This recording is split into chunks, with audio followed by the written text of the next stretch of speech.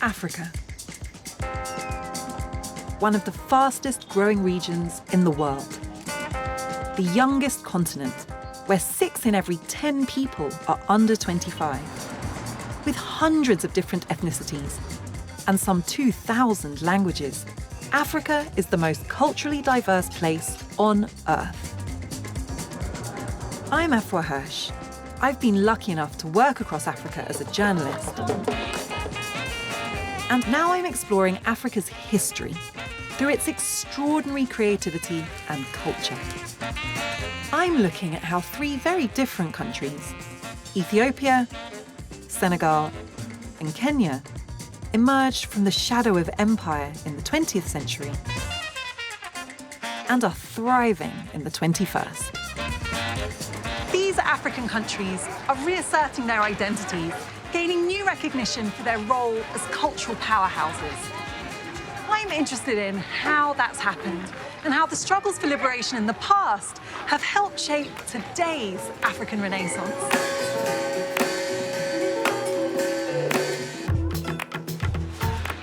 In this episode, Kenya, a country created barely a century ago. Where we are standing here was the birthplace for Kenyan nation. Where the British spun an idealised stereotype while carving out a brutal empire. And in the works camp, the detainees would make bricks. So they were being forced to build their own prison. Exactly. Where independence created new heroes and icons. I'm an African nationalist, wanting my people to have their own independence, just like any other country. And an exciting collision of cultures, finding creative ways to respond to the past. As an artist, I think the time for painting beautiful flowers is over. Kenya has come to symbolise the idea of Africa for so many people. But there is so much more to culture here. So many divergent traditions united by a unique political history and by a complicated relationship with the land itself.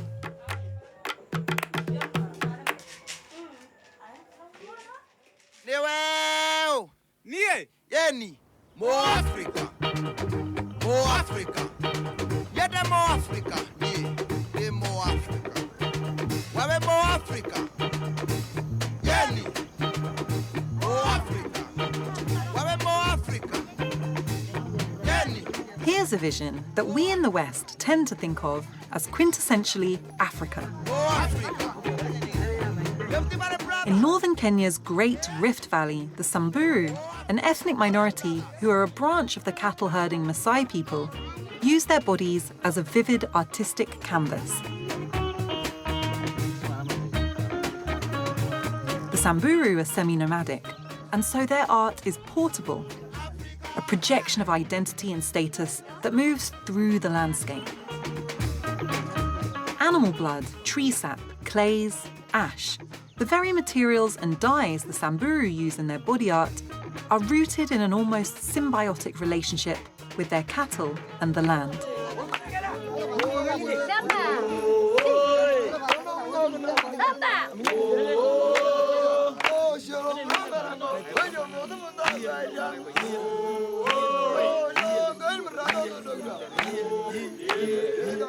Ne na ngai ko baba na sampura ba ke bengwa Maasai ba ke ngwa ne toki nuku polisi yo nuku tumna nya marda di njetu ana tunin ke buyo sut alo arusi tana alo nga ranyata ana disco ne jete tu ni na sai ana silwa garia. The Samburu are always passing through Kenya's imposing landscape. They see themselves as tenants here, but others saw the romantic vastness and wanted to be owners.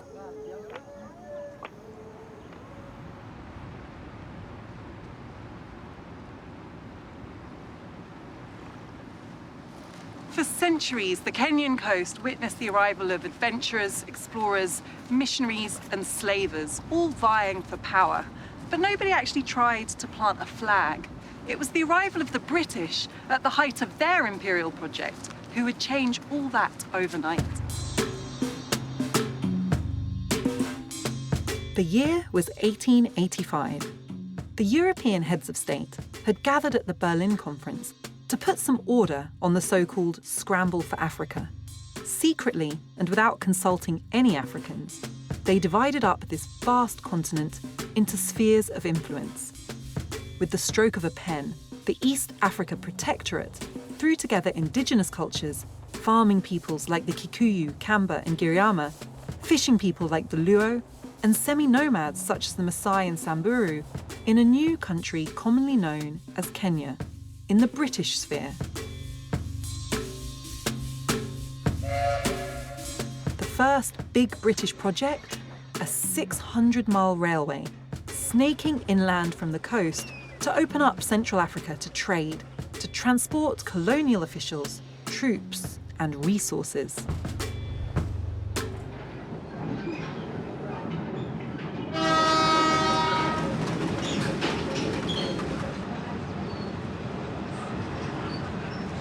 This was more than just a railway.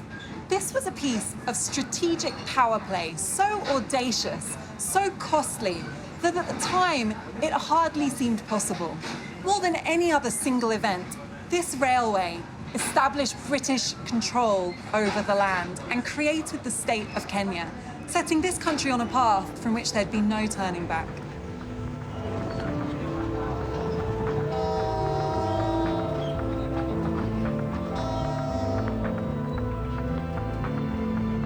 Work began in 1896, but disaster immediately struck. Dozens of the Indian workers brought over to build the railway were eaten by lions. British MPs, outraged by the costs and excesses, nicknamed the project the Lunatic Line.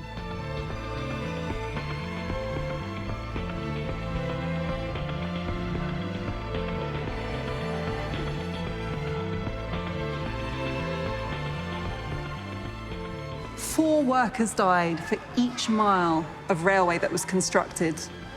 This was a hugely costly project, one which mostly British people didn't have to make the sacrifice for. Sir Charles Eliot, the commissioner who presided over the project, quipped, "It is not uncommon for a country to create a railway, but it is uncommon for a railway to create a country." But not everyone was thrilled by the creation of the new country. Some Kenyans found ingenious ways to unite and resist the encroaching power.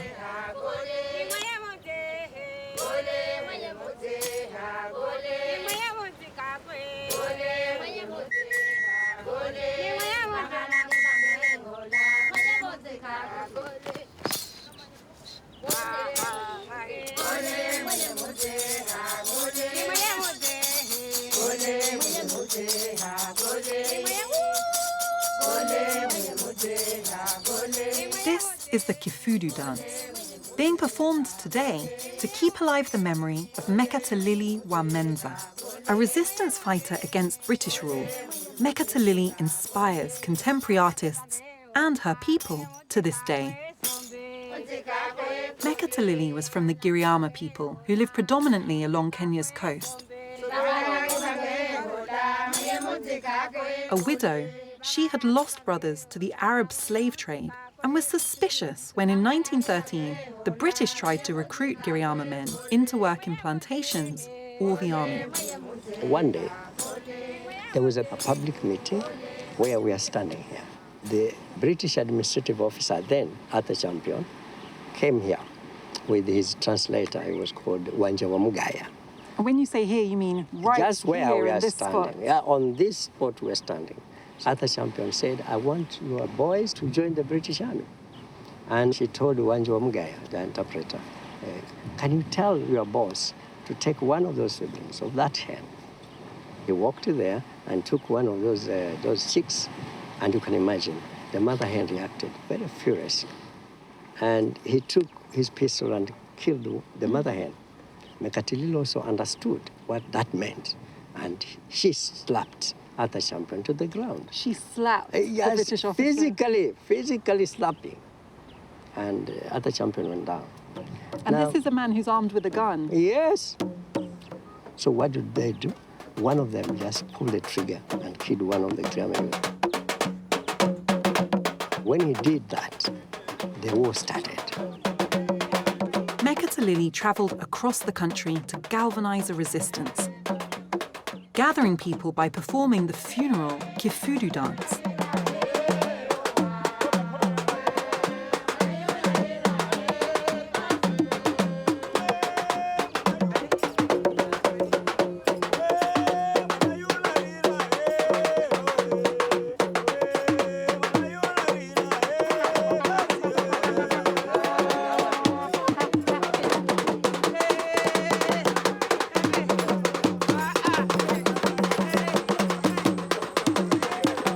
So after the dance, the Mekatilili would then preach to them. I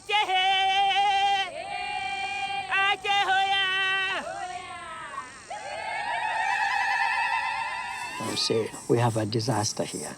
People have come here. They are taking our land. They are taking our children. We don't want them here.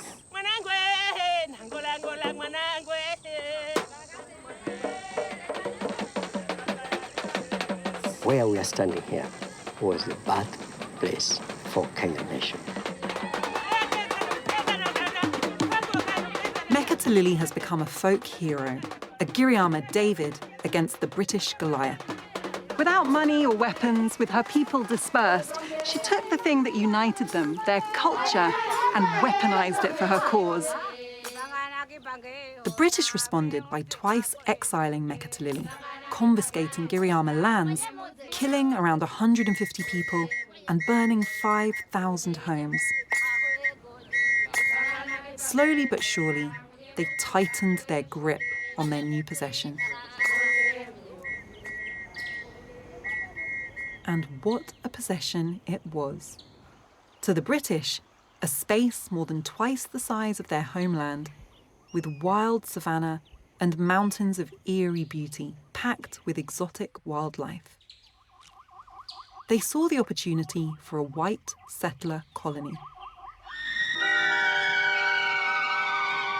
Their idea was to use the newly finished Lunatic Line railway to encourage British farming of the central mountain plains of Kenya, the area with the most fertile land, coolest climate, and with a plentiful supply of Africans who could be turned into farm hands. The area became known as the White Highlands.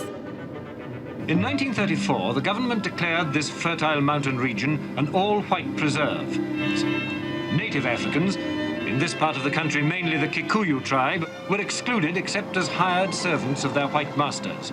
Before the white farmers came, the highlands was haunt of game and the wild herds of Africa.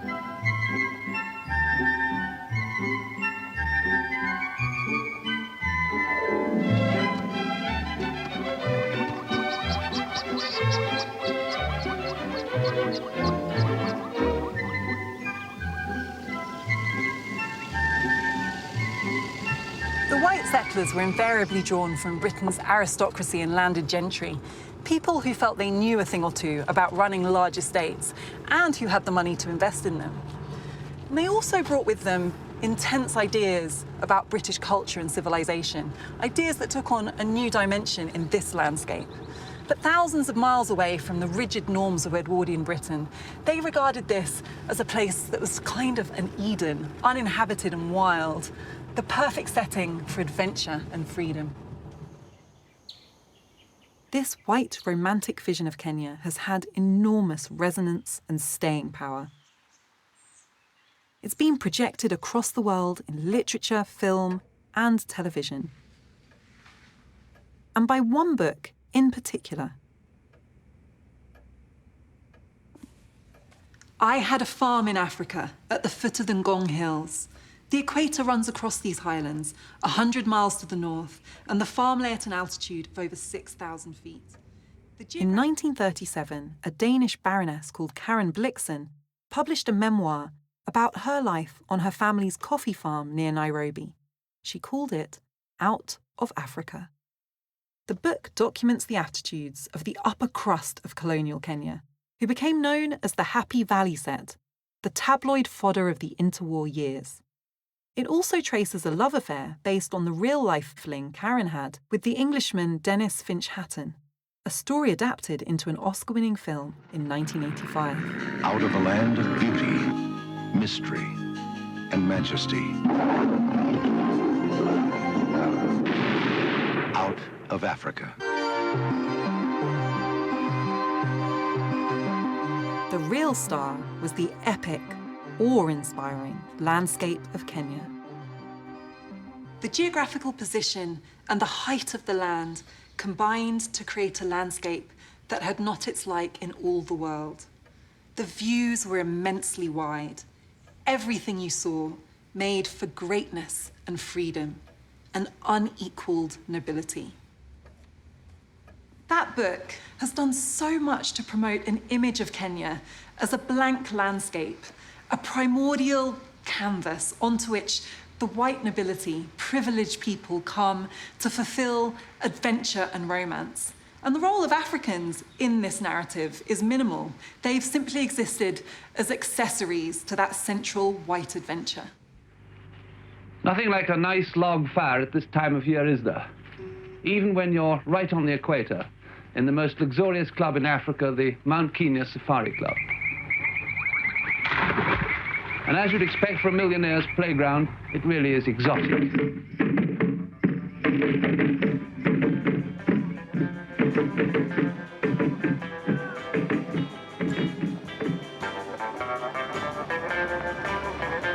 Safari culture had been ushered in by the lunatic line.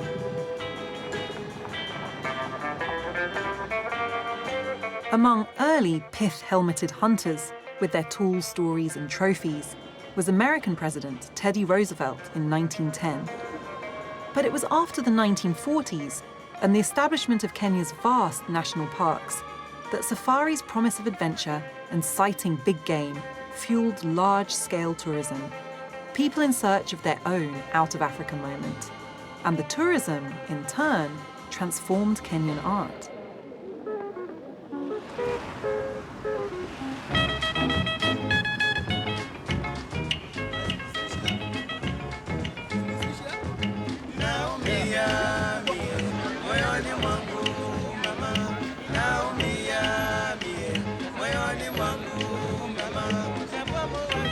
A typical Nairobi craft market.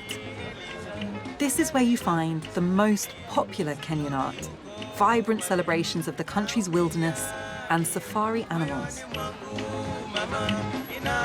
Being in this craft market in Nairobi is a little bit like being inside the mind of a tourist's idea of what African culture is.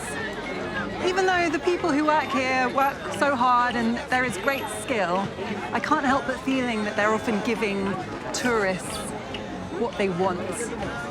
Things that feed into their preconceptions of images of giraffes, zebras, wooden carvings that don't have any actual recognizable tradition but kind of conform to that vague idea of a mask. And then tourists come here and buy that stuff and feel like their worldview's been vindicated.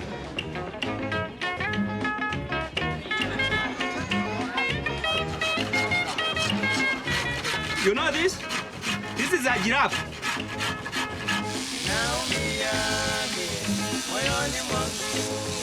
The expert woodcarvers here are largely from the Kamba people, who make up 1/10 of Kenya's population.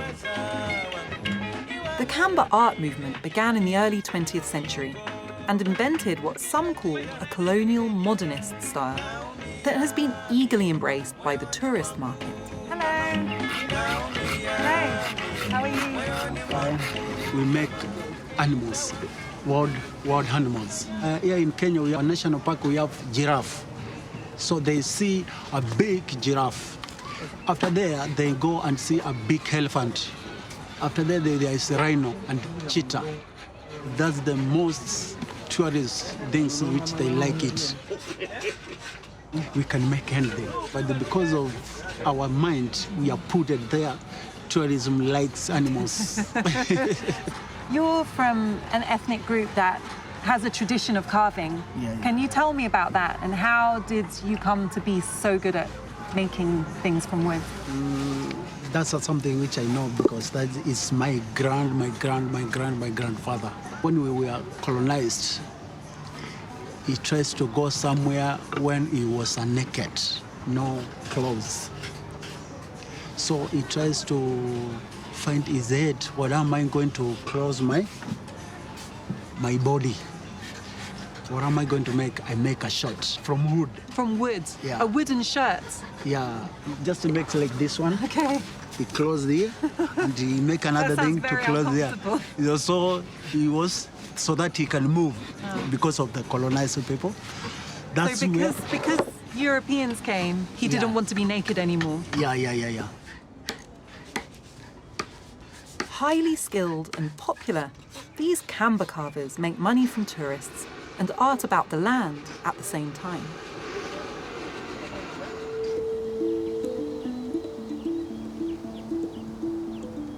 To the east, near Kenya's coast, wood carvings are literally rooted into the land for a deeper purpose.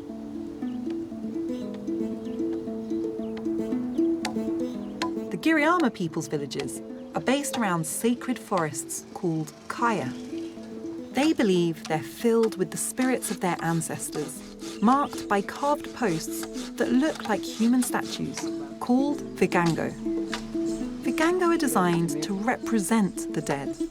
Commissioned by the family after a relative dies, they're interred into the ground during the funeral ceremonies to make sure the deceased is welcomed into the ancestral world. It's a marriage between art and spirituality, planted in the landscape itself. The vigango you can see taking shape behind me is more than just a headstone or a representation. It's the living embodiment of the spirit of an ancestor who has died.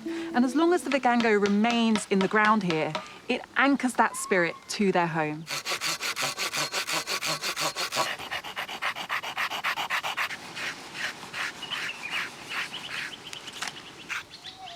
The vigango is nearly finished now, and the villagers are using red ochre to paint the body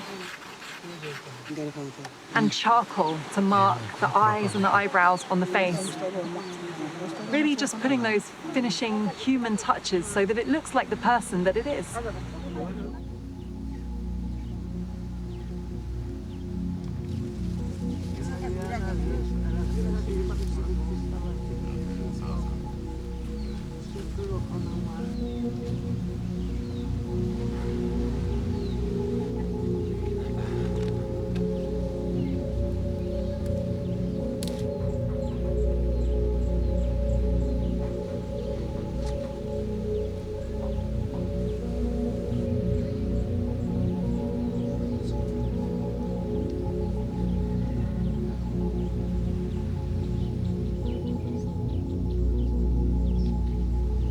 It's a law of traditional or 100 years ago culture.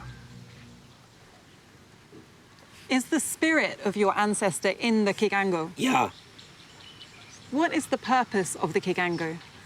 To keep a respectful of him.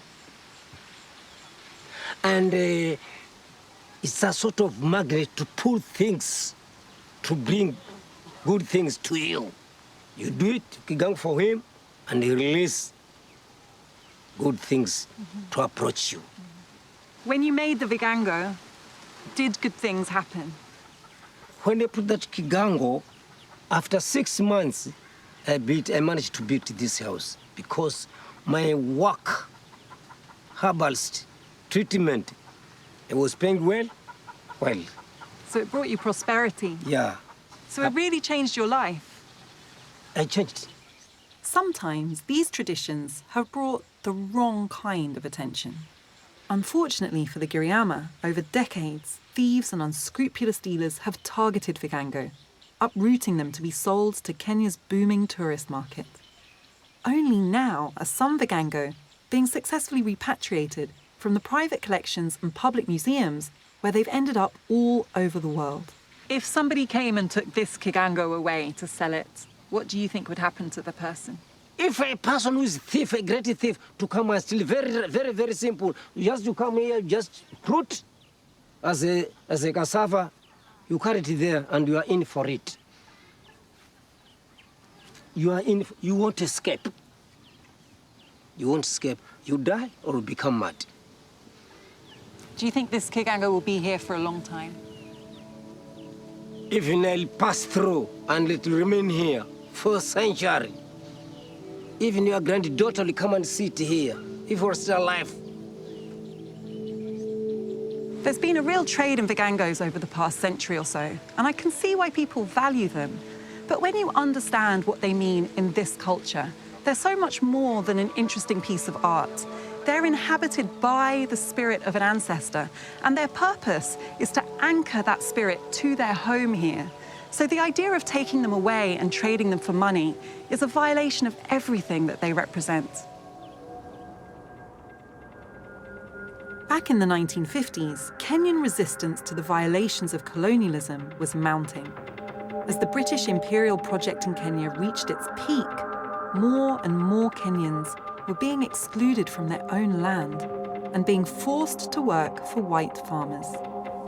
Just how serious is the security position in your area of Kenya at the moment? There has been this build-up of hatred engendered by various, I should say, African subversive elements in the country that is going on the whole time, and the situation is deteriorating every single day. The Kikuyu people were most affected by the White Highlands project, and after World War II, as a new wave of anti-colonialism swept across Africa, their frustration boiled over. The Mau Mau was a secret society of Kikuyu who took an oath to attack European settlers. In 1952, the British authorities declared a state of emergency. Years of bitter guerrilla war followed. Hundreds of thousands of Kikuyu were detained or curfewed. And the British trialled a new tactic, a pipeline, as they called it, of internment camps, where suspected Mau Mau supporters would be forcefully educated out of what the British authorities regarded as mental disease brought about by the psychological shock of modernity.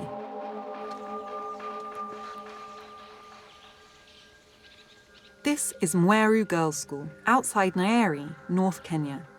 But it holds a macabre reminder of the country's violent past.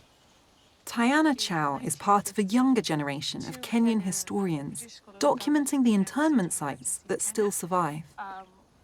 So the buildings we see here they were used as cells to keep detainees.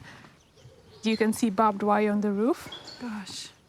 You'll notice in some of the buildings you have a carving on the bricks that says MWC, but that means Mweru Works Camp. And in the works camp, the detainees would make bricks that would either be sold or used to build the structures. So they were being forced to build their own prison. Exactly. So you notice that the room we're in has windows, but when this was a cell, there was no light coming in. So the school has basically carved out the windows from the brick itself. How many Mau Mau do you think would have been living in a space like this? From our research sources and our conversations with veterans, we estimate maybe 60 people. 60? 60 in people. This space? In this tiny space.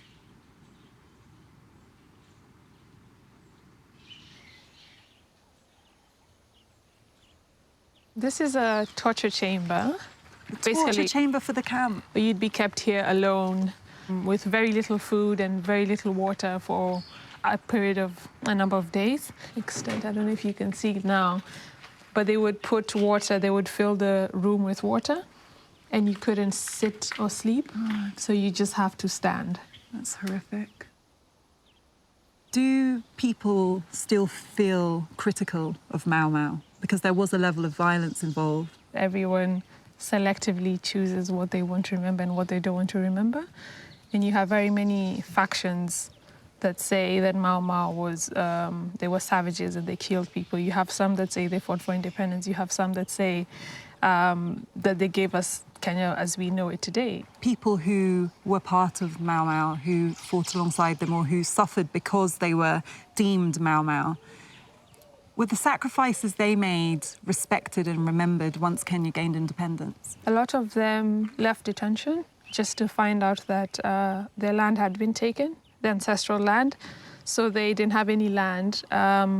They had to buy back land from the chiefs or the loyalists who were put in place by the colonial government.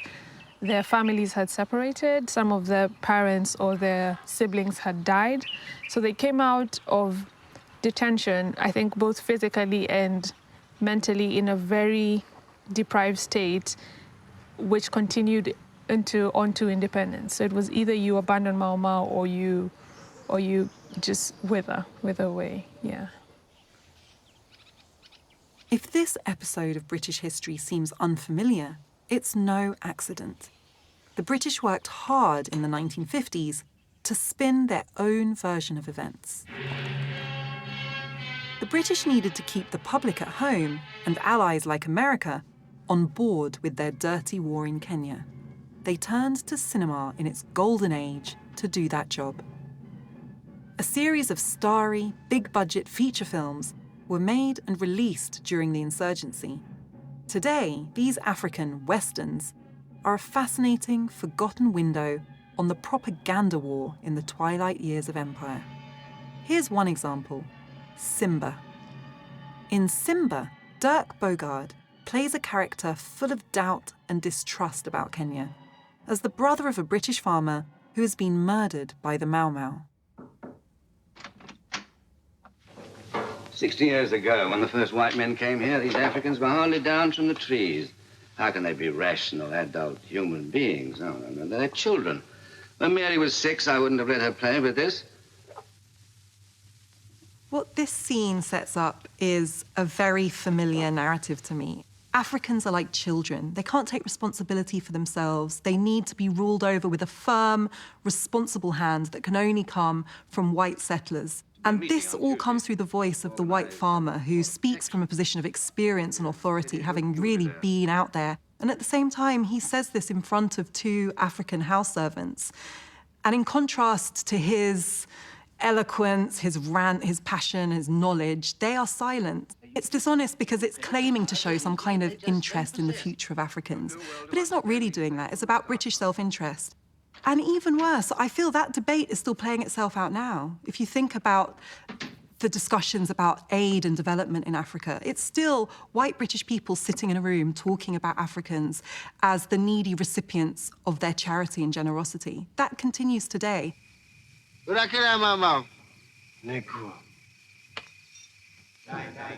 There's also a gruesomeness at play in this film. It was shot on location in Kenya while the real war was raging.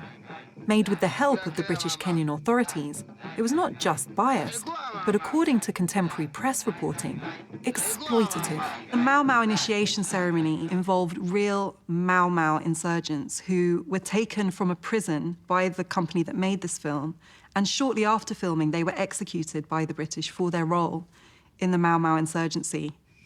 These are people who were performing something to entertain British audiences and then were executed because of that very thing. It brings history and fiction together in a way that is so troubling.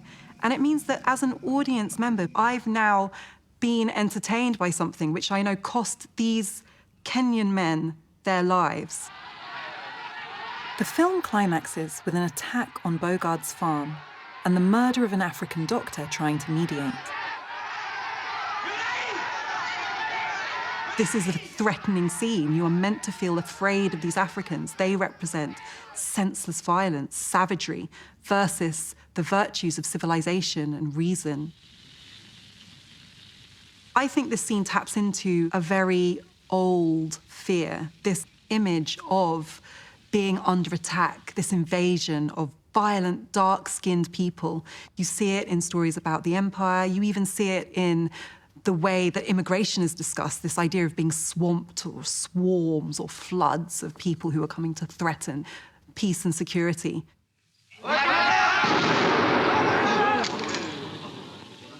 This was designed to win people over into the British worldview of the empire, that it was a force for good, that it was facing these threatening, violent, senseless, barbaric Africans. And I don't think that legacy has ever really been challenged. We don't deserve peace. you couldn't underpin an empire with force alone. You had to make people believe that it was the right thing to do, that Britain was on the right side of history, and that's exactly the role that these films played. But ultimately, this myth-making was of no use.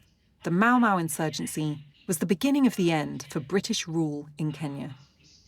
The last word would belong to a Kikuyu, and the land would soon be handed over. And at last, here comes Kenyatta, flown from detention and driven on the last stage of his journey in a police vehicle.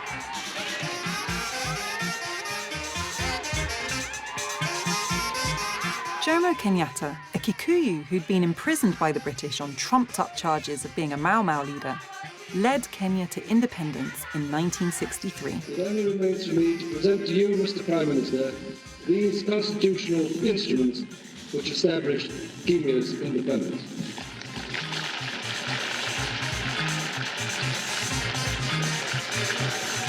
Articulate, charismatic, and larger than life, Kenyatta managed to turn this most British of colonies into a successful, independent African nation, and avoided a Rhodesia-style confrontation with the white settlers who wanted to stay. Kenyatta wanted Kenya to look forward, not back. Will you change your policy as a republic towards Britain and to British people here in Kenya? We have no change in policy. We stand where we were. Neutral. With friend of all. And enemy of none. What do you think is going to be the main problem of Kenya as a republic? You wait and see. Okay? Thank you very much.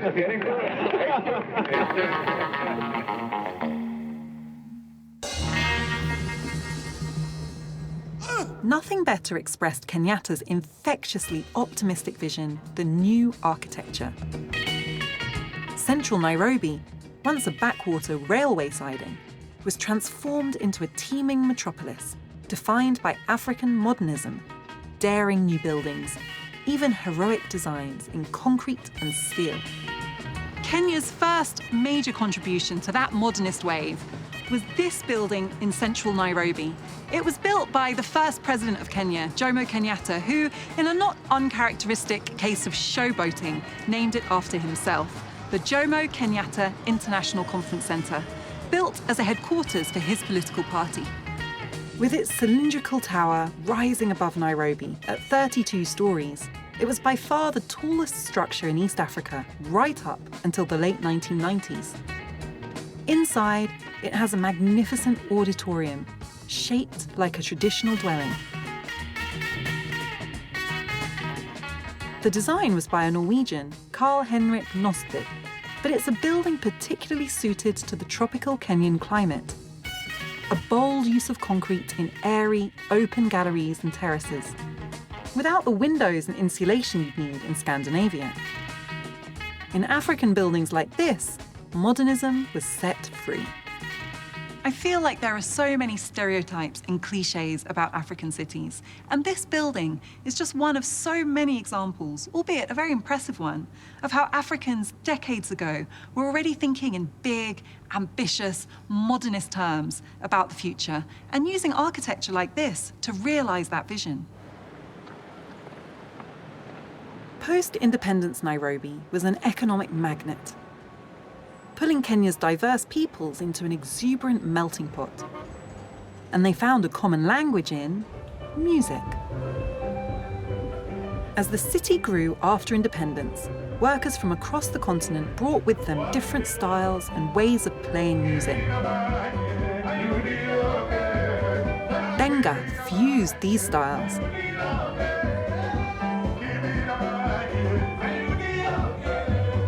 A hybrid of rumba from the Congo and the folk songs of the Luo people from Western Kenya. In the 1960s and 70s, it quickly became the unifying soundtrack of the city.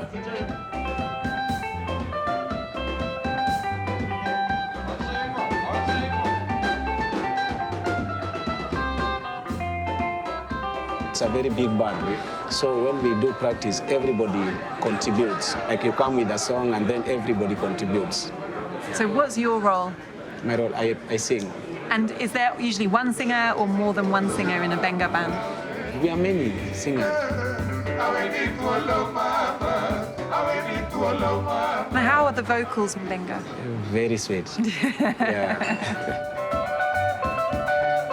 It teaches people about living with one another in peace, you know, and it teaches about day-to-day life and love, mostly. Very important. Yes.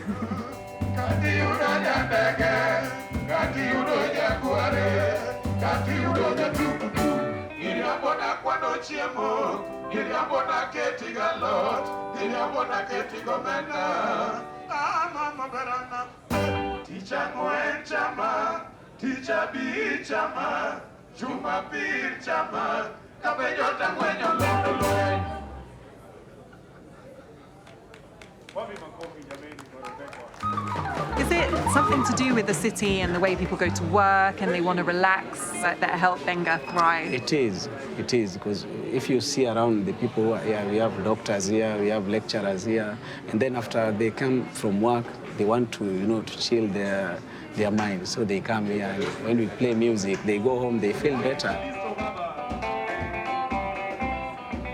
You can come here when you're very stressful, and when we play like 1, 2, 3 songs, you go home when you're happy and smiling, you know. Benga embodies the energy and excitement of the decade after independence. Saturday night at this pub in Western Nairobi is Benga night. People believe Benga died a long time ago. Our fathers and grandfathers who used to do Benga. But tonight, if you go around Nairobi, you'll find every club is playing live band. It's Saturday night, yeah. So you're not going to go anywhere? No, we are not going anywhere soon. We are there to stay.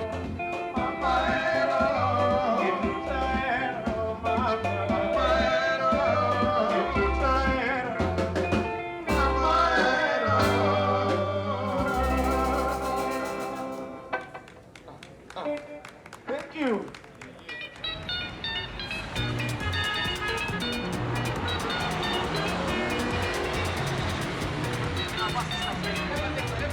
The excitement for the future embodied in Benga spilled out onto Nairobi's streets and found expression in a very distinctive form. Like London's red buses or New York's yellow taxis, Nairobi's minibuses have become an icon of the city's visual culture. They're known as matatu, Swahili for three, after the original 3-pence fare of the 1960s. Matatus are the way most of Nairobi's 4.5 million people get around.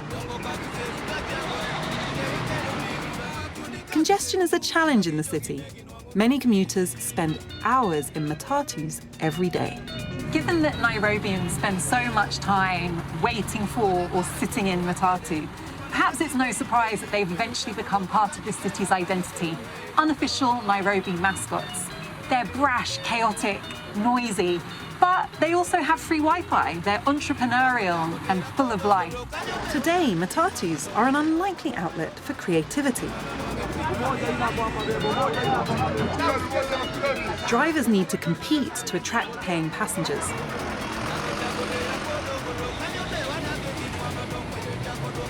So they use lights, music, and vivid paint jobs and graffiti, popular stars, politicians, or athletes.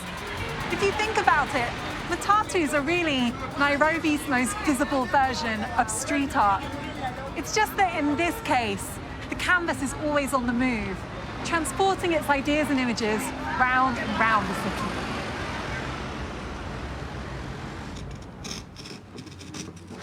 Dennis Muraguri is one of Kenya's leading contemporary artists.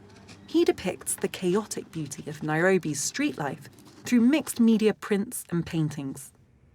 I can see your obsession with matatus. They're everywhere in your workshop, even on your clothes. Yeah.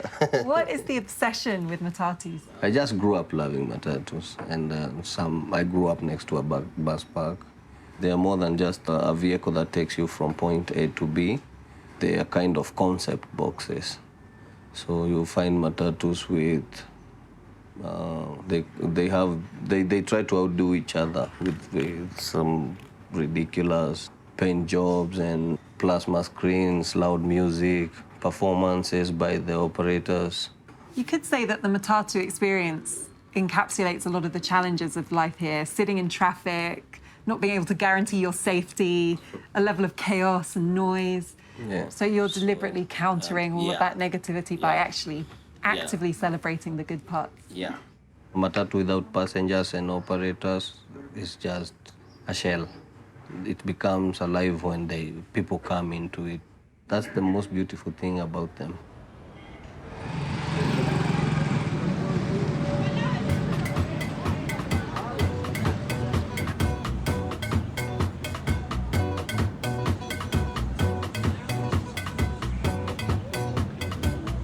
As economic migrants arrived from around the country, Nairobi's growth created new challenges.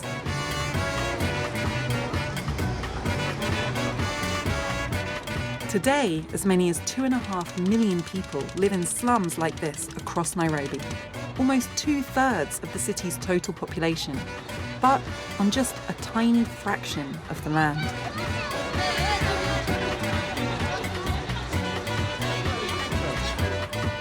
So right now, I feel like I'm giving you your obligatory slum scene. And to be quite honest, I'm frustrated with the fact that depictions of places like this that don't really get to the bottom of what life here is like are still such a prevalent way of depicting African countries like Kenya.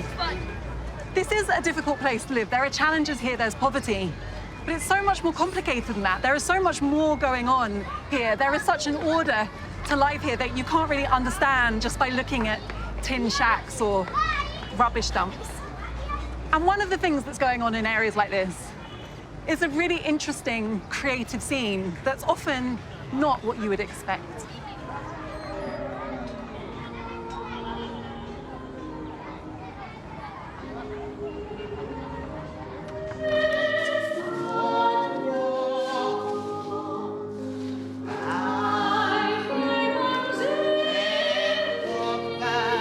Classical ballet has become a source of self-expression for children living in Kibera, the largest urban slum in Africa, home, it's believed, to over 1 million people. Joseph Kanyenje is one of their teachers. Point your feet. Were you surprised that people in Kibera take so well to ballet? At first, I had a perception in my head when I was told, oh, you're coming to work, you're going to work in Kibera. I was like, oh, God. But then when I saw how they're moving, it's like, oh, there's no difference from here and other places that have an interaction with the children. My perception was changed immediately. It is quite a noisy, chaotic area, but it's as if in this room you've created a very orderly ballet studio. I'm surprised how the girls are the ones actually who calms me down. Because for me, I can't deal with the noise. But the girls, just like... They're not fazed.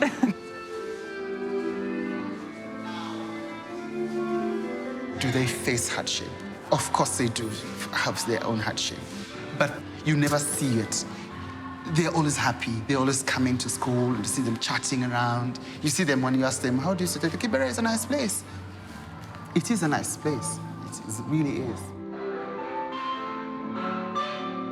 This ballet is a reminder that the narrative of Africans in destitution and in need of handouts is outdated and unhelpful. There's a real resilience in the face of adversity here.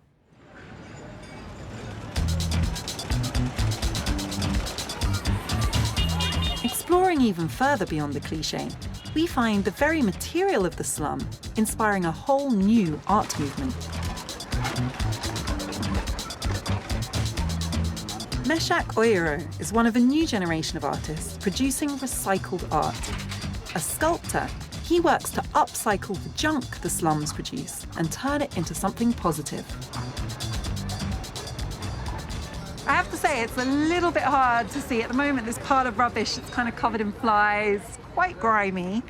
I can't immediately imagine its potential. As you know, beauty lies in the eyes of the beholder. So I see beauty in there. And what gave you the idea to do it? As a young artist, coming up with the money to buy materials and not being sure of the market, it was quite challenging. So that's why I turned into recycling. Is there an ideological dimension to using recycled material as well? Are you making a bigger point about the environment? Yeah, definitely, because like I'm upcycling what has already been thrown away and trashed. So I'm trying to give it another life.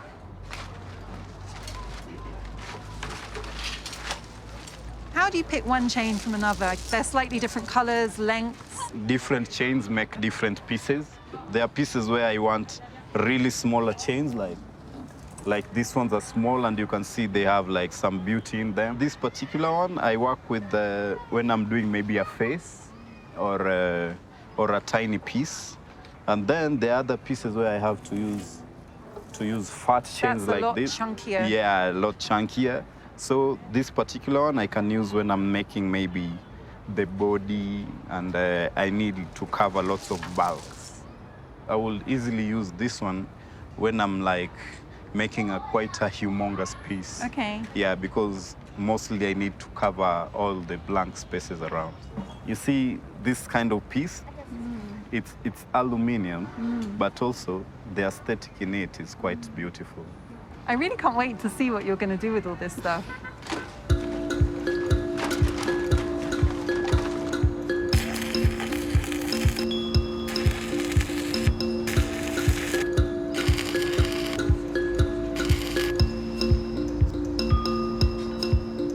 Intriguingly, despite the innovation with materials, Meshach reworks a familiar and abiding Kenyan theme, the call of the wild.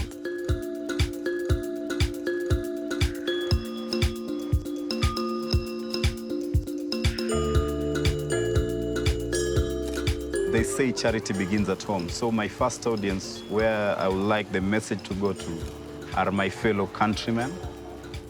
And then out there, because out there is just a plus now, but this is our doorstep, so if it's well here, then I'm happy with that. Meshach is one of hundreds of artists in Africa's burgeoning recycled movement, using their startling inventiveness to repurpose found material and create both powerful art and an ecological rebuke.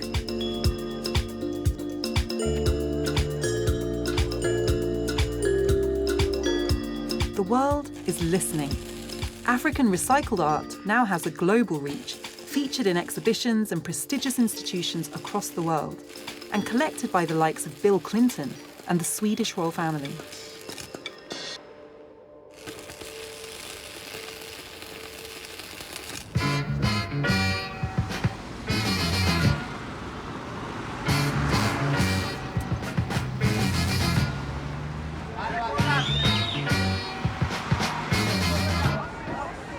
Today, Kenya finds itself in an exciting moment of transition.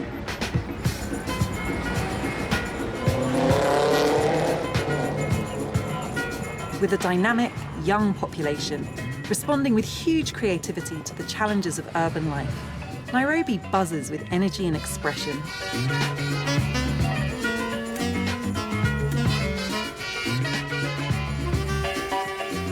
Michael Soy is the leading artist here, documenting Kenya's journey. His bold, colourful style holds up a satirical mirror to Kenyan society and politics, and has brought him worldwide attention. This is your studio. This is my studio.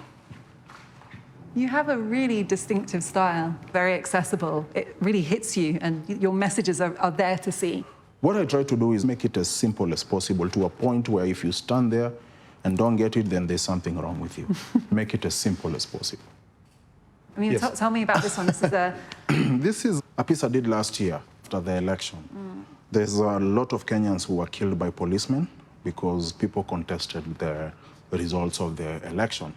All the people who were killed all came from the same region. So you've depicted bullet holes bleeding in that the part bullet holes, and then the lines that you see are actually names of the people who died. Wow. So this is a name of this person who was killed either in Western Kenya or in the slums in Kibera.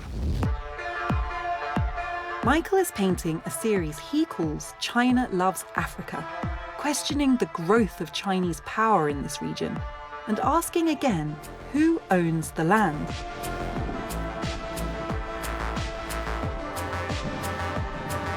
The world's fastest growing superpower is extracting resources and minerals from Eastern Africa to feed its growing economy, building local infrastructure here in return for leverage.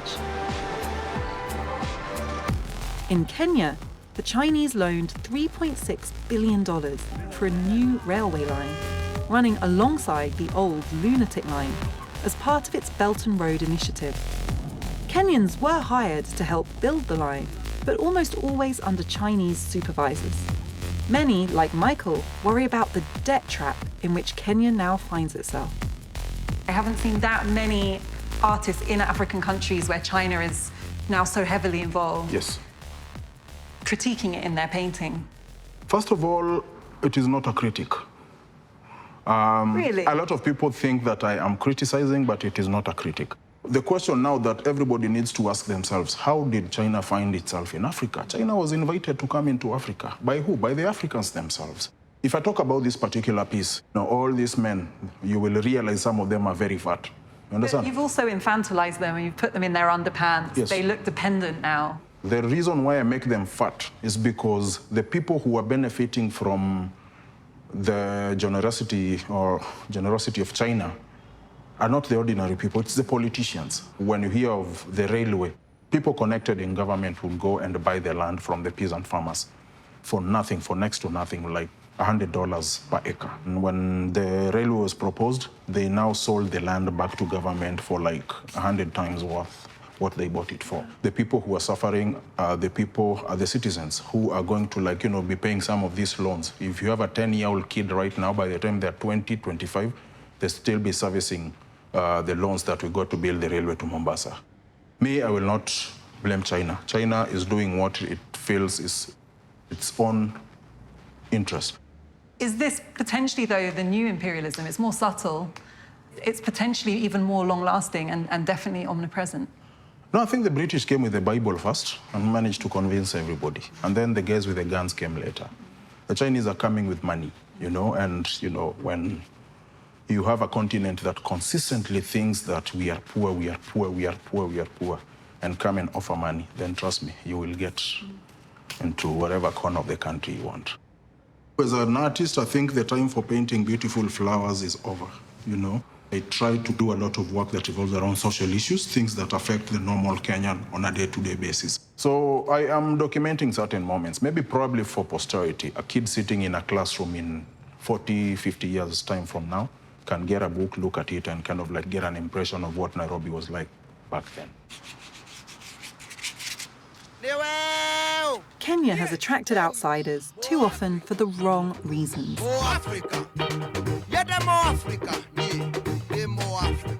Brutal imperial schemes have dispossessed the people while contorting their story into a cliché that shaped perceptions not just of this country, but of the whole African continent. Yet here, I found a population and dynamic art scene channeling a creative renaissance and frankly embodying hope amid the legacies of a dark history. A new vision for the future that breaks through old clichés.